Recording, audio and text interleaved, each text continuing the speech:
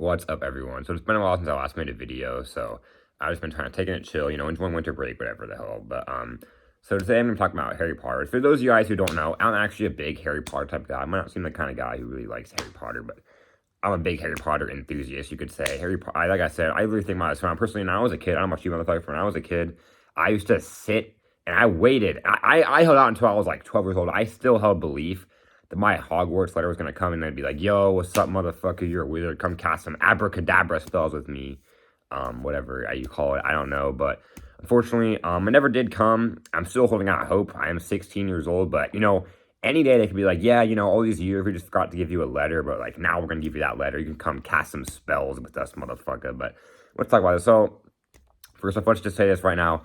I love the Harry Potter movies, but the only thing I like more than the Harry Potter movies is the Harry Potter books, okay?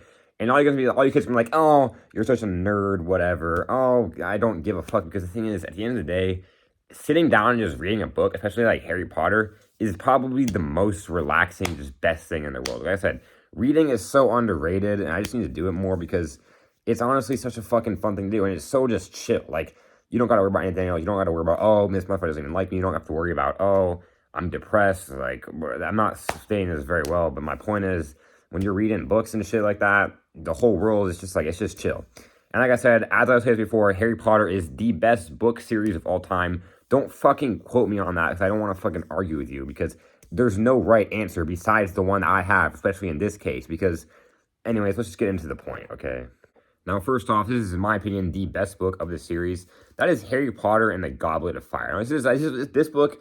Now, when we look at the 7 books, and just so you know, there's only 7 books in the series. I don't care about any of those other satire versions of Harry Potter that came out later. I don't give a fuck about those. The 7 books by J.K. Rowling are the only books which I really consider part of the series. I don't quote me on that either. I don't want to hear it. But the Goblet of Fire, what I'm saying is, I feel like when I look at the Harry Potter series, I feel like it's divided into like 2 halves, which is like the first half is like the first 3 movies, and the second half is like movies 5, 6, and 7. I feel like the 4 is kind of like a transition because like the first 3 movies were kind of just like because for main reason obviously was that for number 4, obviously spoiler alert, Voldemort came back to life and all that fun stuff. That motherfucker died. A lot of motherfuckers. Like, number 4, like I said, number 4, I feel like it was when the movie kind of transitioned. It became more of like an adult series in the way because like more people started dying in the movie. It became more just like more of a serious, more adult, which I think I love that. And frankly, I think 4 was just a really good. I think it was such an elaborate. I love the whole idea of like. Although I will say my biggest problem with number 4 is that here's this, okay? You know how the Triwizard Tournament was supposed to be it was supposed to be a spectator sport. They had these 3 events where all these spectator sports are the least spectator friendly things I've seen in my fucking life, okay? The first one was when they were fighting dragons, which is this one is the most spectator friendly. But at the same time, it's not because think about it. They're fighting dragons in which the spectators could have literally died at like any second. Like, no, the dragons could have literally just, they could have spit fire on like the spectators. Literally anything could have happened. So I do not understand that. It was very unfun. Like, I'm not, like, when you're a spectator, you were literally risking your life just by watching it. And number 2 is literally a swimming one where they dive down into like the fucking, and they have to go retrieve whatever. So basically, if you're a spectator watching, basically, you see them dive down, and you literally do nothing until the next one comes. Like, you cannot watch, obviously, because they're under the water. You have nothing for you to watch. It's dumb as fuck. And then the third one, which was obviously the maze one. They go in the maze and shit, and then you see them going in the maze, and then nothing else happens. Once again, like I said, you see him go into the maze, and then you just sit and wait and watch literally nothing until they come out again. Like I said, whoever calls these things a spectator sport needs to seriously get fucking fired because it is not spectator sport. Like I said, that's one problem with the book. I just kind of criticize, but like I said, I love that book and the movie. I think they're both I think it's definitely the best in the book series. Probably one of my favorite books of all time. Oh, now next up is going to be book 6, aka the Half-Blood Prince. I personally loved this one too. I think it was just really cool to see. This was kind of another one. It really laid out the plot for book 7. All the crazy stuff started happening with like the Ministry of Magic or whatever. Obviously, Dumbledore died, and I think it was really cool. We all got to see a lot of Snape's character. I mean, that also happened mostly in a lot of episode number 7. But like I said, I loved Half-Blood Prince. I think it was really great. Just kind of interesting. I feel like, and also that the characters kind of around the age. I realized like the age which I'm currently a sophomore in high school, so that'd mean if I went to Hogwarts, I'd be like a 5th year student, or I guess 5th year would be the 5th book. I just forgetting the name at the moment, but like I said, it's kind of cool to just see, and like also there's all like the if you're one of those motherfuckers who watches movies for like love or whatever, there's also all the love shit going on. You know, we have like fucking, you know, we got fucking that redhead freaking. I don't know why I'm forgetting all names. I haven't read Harry Potter in a minute, but like I said, all the relationship arguing kind of shit like that was kind of going on. So if you like love and shit, that's a good one for you. But anyways, I'm taking too much time talking, so I'm just gonna rank out them all real quick.